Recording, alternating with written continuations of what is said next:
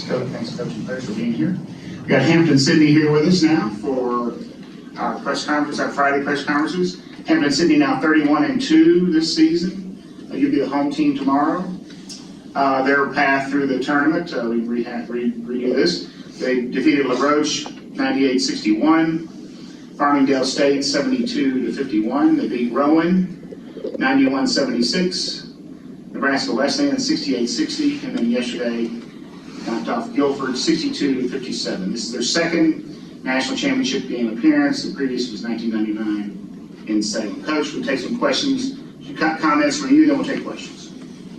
Sure. That first appearance, if you guys know, he played Platteville. I think it was Tony Shaver was the coach. Belt Ryan was the Platteville coach. So very cool history there with the Hampden-Sydney in the national championship. But we feel very blessed. We were just talking about it today in practice. You know how amazing this is. You know, this is our last practice.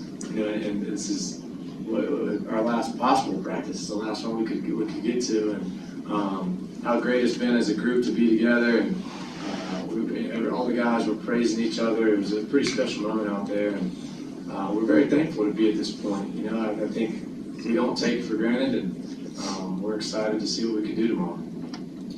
For any of you guys, this is a team that's been largely together for a couple of years building towards this. What does it mean to kind of see the end of the line for what you've been working towards?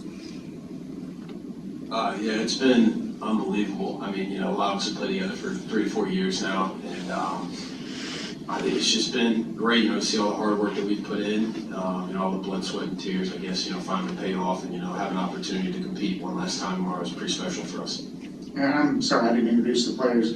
Working away from me, Chase Turner, Josiah Hardy, and Alex Elliot. Sorry about that. Thank you for that. What else next? Next up? Okay. So, coach and players, it's a home game in name only, right? This building couldn't be much different from what you're playing in back home, and of course, you expect 3,000, maybe 4,000 screaming Trine fans in the building. What are you thinking about going into that?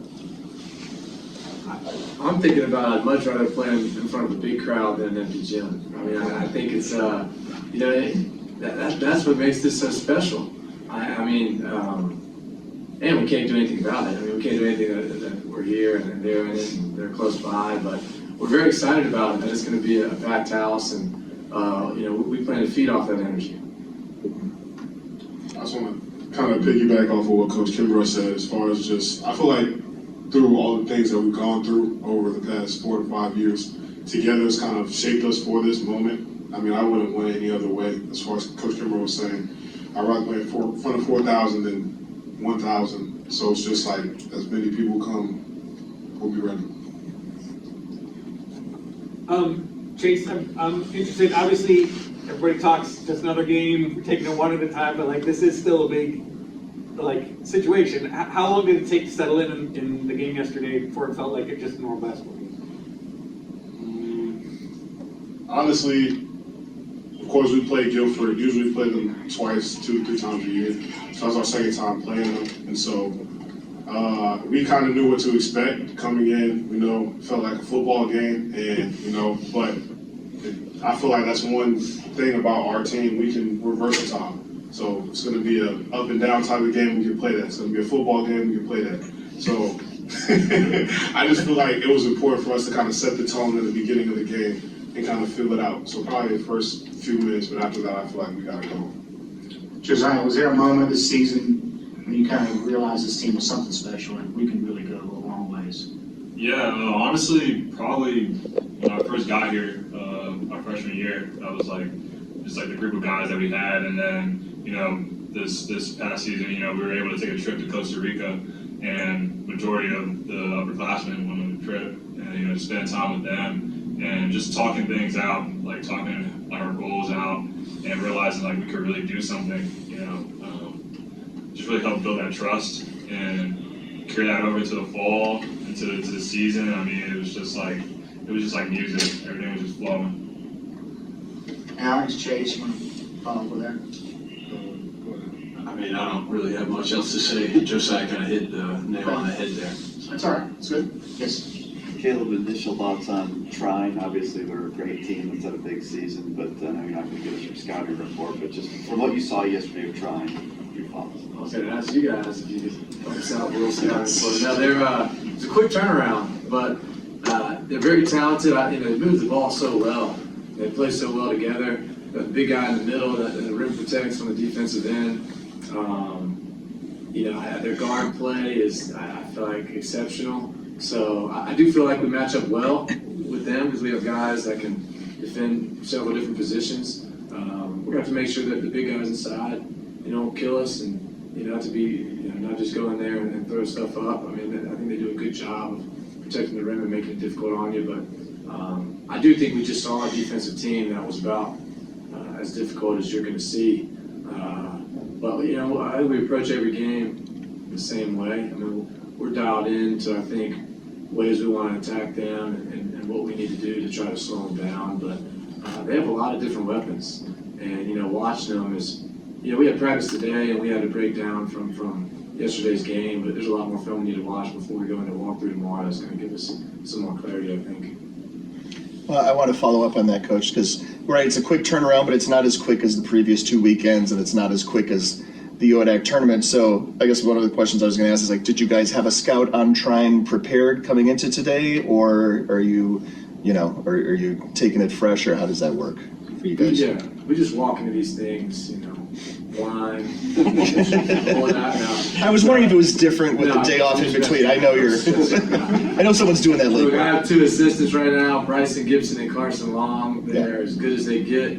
I typically do not look ahead at all, but they do. Okay. And so they split up what could potentially have been either of our opponents and broke it down. So we got to work last night a little bit and then all morning this morning breaking it. We had an idea, but we didn't talk about it until late last night. Okay. Thank you. Did you, I didn't see if you guys were in to watch the other game to see any of them in person. I just know for me, Trine looked a lot bigger in person than they had on film. I didn't know if having the chance to see them physically here before you get to play them had any difference on what your preparation? Honestly, not really. I mean, there's always like a team that looks big, with film, but nothing like surprising. Yeah, I just want to add to that. As far as just seeing them in person, of course, we see like the heights and stuff, and then seeing them in person is a little different. But one thing that I feel like Coach Kimbrough always says, as far as when we finish our walkthrough days of games, it's always more about us. I feel like we try and have that mindset always going in whatever game. We be playing the Los Angeles Lakers, and it's always about us. Guys, teams combined yesterday to shoot 24% from 3. Is that something it's a bigger building? The shooting background, you just kind of accept that, hey, the shooting is maybe not going to be as easy. I don't know. You tell me. I'm not asking the shooters here. I mean, part of it was that, but also part of it's the defense. I mean, that's 2 of the best defensive teams in the country going at it. I mean, some baskets were hard to come by at times, but yeah, I mean, it's just 2 great defensive teams going at it. I feel like. He was asking the shooters. But Coach, you're not really thinking, is that not an issue? I don't get to shoot. So Jim looks great to me. We just look. I don't think you can overthink it. Okay. I mean, we're all playing on the same court. I agree with you. It's a big gym, elevated ceiling. It's really neat. I mean, at Fort Wayne, we're used to being in Salem, which is right down the road. So we're kind of partial to that being the Final Four spot. But this has been amazing. I think the staff and the gym, everything's been great. And I did think we had a little nerve going into yesterday's game. I don't know if it was more the gym or just maybe having a little bit of nerve. Once we settled in, I thought it was just fine. You guys were the best of the day, 29.4%. There you go. There we go.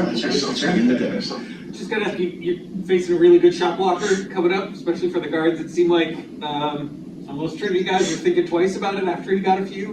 What's the mindset going in when you know you've got a really talented shot blocker in the middle there?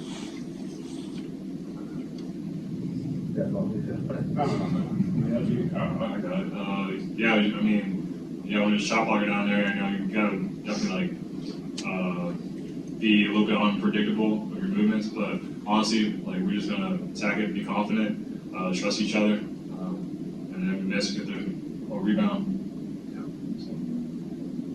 I mean, yeah, he's you know, obviously is really effective down there. But like Josiah said, I think, you know, just for us, it's being confident, being aggressive, and yeah, he's good. But I mean, we're just gonna go in there and do our thing. So.